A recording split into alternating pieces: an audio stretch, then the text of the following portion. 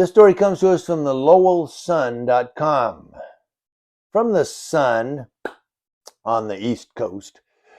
I'm giving you this one because I just want to get your opinion on this one, or open discussion. I know some people probably will discuss this, but it has to do with two First Amendment auditors who went through a town. That's right. When approached by two strangers filming in her office, Director of Veteran Affairs Regina Jackson had some concerns. Citing potentially confidential information about her clients, Jackson asked them to step aside. She said she felt intimidated, even more so when they declined to share their names, told her she was acting hostile and lacked manners, and suggested she was failing other veterans. The interaction was uploaded in a YouTube video in which Josh Abrams, the face behind Accountability for All channel, entered the Chelmsford town offices alongside his fiancée and fellow YouTuber Bananarana to conduct a First Amendment audit, an exercise in which people film town officials in public to ensure they are representing their citizens in the right way and don't violate the expression of residents' constitutional rights. Basically, respect the right to the First Amendment is what they're doing.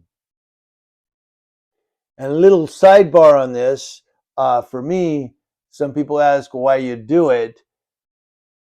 And I do more cop watching now, really, but the foundational basis, for me anyway, of First Amendment audits was in post 9/11, people will call the cops for anything. I mean, people are willing to give up their civil rights, particularly the Bill of Rights, in the name of protection under the police security. What am I trying to say? Post 9/11, everybody's scared now. Are you a terrorist? Are you a terrorist? And so they'll call the police on anything. There was the guy did an editorial on this. This is a couple years ago. But the lady called because there was a black man messing with a car. It looks like he's trying to steal it. And when cops arrived, he was under the hood of the car. They put him on the ground and they had him detained at gunpoint for GTA. Turns out he was a college student and his car wouldn't start. So he was trying to figure out what was wrong, checking the battery posts and this, and all of a sudden the cops arrived. See something, say something. She said something, and this innocent college student went face down on the pavement. So I guess my point is, coming back to First Amendment audits, it's kind of the look. You don't always have to say something when you see something. Sometimes you can walk up to people and go, "What are you doing?" That lady could have just approached that black guy. "Hey, what are you doing?" "My car, da-da-da." "Oh, okay. I was just making sure. I thought somebody was trying to steal a car." "No, it's my car." "Oh, okay." End of story. No, she calls the cops. So that's kind of where the First Amendment audit comes from, is that we're educating people that, look, 9/11 happened, but we still have the Bill of Rights. We still have the right to just be out in public and do things without having to be under the fear of, are you a terrorist? Or is that a terrorist? Just walk up to, "Hey, what you doing, man?" Kind of a thing. I digress. So Jackson from the Veteran Affairs said she believes Abrams' mission was solely to provoke a response from municipal workers and make them look foolish. I don't know what you guys think. She said they didn't ask any questions about veteran issues. They didn't want to make an appointment to sit down for a claim. They weren't interested in getting any information about Chelmsford veterans or any issue at all. They were just two people trying to make money off silly YouTube made-up controversies. Now, Joshua Abrams' visit to Chelmsford is one of his latest encounters, which are often met with anger, confusion, and discomfort. His confrontations with employees and town leaders garnered thousands of clicks, and his stop in Chelmsford, posted last week, has almost 30,000 views. Wow. Since sharing his first video nearly 4 years ago, he's amassed 122,000 subscribers.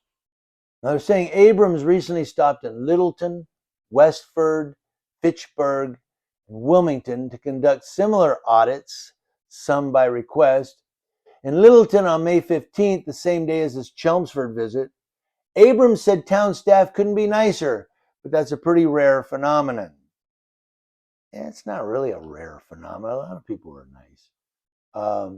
Abrams, a Stoneham native, said, "It's a shame I don't have more positive interactions because when they're positive, I post them too. We really do want the folks that are doing a great job for their community to get the same exposure as those who react negatively, which is probably about 85% of the time," he says. He declined to tell the Sun where he resides now. Well, yeah, obviously. But the Boston Globe reported he lives in Townsend. Littleton interim town administrator Ryan Ferreira said the town's portrayal was simply a result of successful preparation. Having heard about First Amendment audits in the area, Ferreira said staff were briefed in the group and told to answer the questions and be polite. I mean, that's all you really got to do. You know, that's what the Yucaipa PD should do, is teach, and the San Bernardino County Sheriff in general, and all law enforcement. You should tell your cops, when you see a guy with a camera, just be polite. Ignore him if you want to, but be polite. Don't be like Sergeant Wilson of the Yucaipa PD and be a dick. Hey, don't get mad. Huh? Am I blinding you? Don't do that. Just be polite. That's all we're asking. Why do you record us? Because of guys like Derek Chauvin, because of the cops in Memphis who beat Tyrone Nichols. Ferrara said, while such an incident may be shocking to those untrained or unaware of the audits, it's par for the course. He said he feels it's within their rights to film. It's something that goes with the territory for public-facing employees. And that's the thing, too. Look, cops need to understand it's part of the job for you, especially after all the things. I mean, from Rodney King to Tyrone Nichols to Elijah McClain to Breonna Taylor to even George Floyd. I mean, he was a criminal, yeah, but the guy was begging for his life. Officer, please, I just need water. And the cop's like, yeah, whatever, dude. That's not how you act as a public servant. You may not like that person. You may not respect that person. You may not even think that's a good person, but you're a public servant. Somebody asks for something, you serve. I'm sorry, it comes with the territory, as he said. Moving on, I digress. Ferrara said ultimately it's important for staff to remember we serve the public. Didn't I just say that? And we need to always be courteous and professional regardless of who comes to our door. That's it. I'm the same way at my job.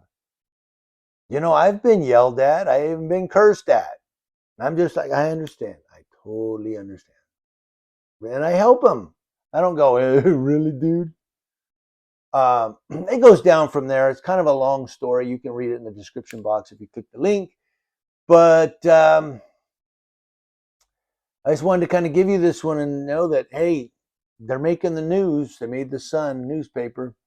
Maybe next we'll see them on, I don't know, ABC News online. I mean, on TV.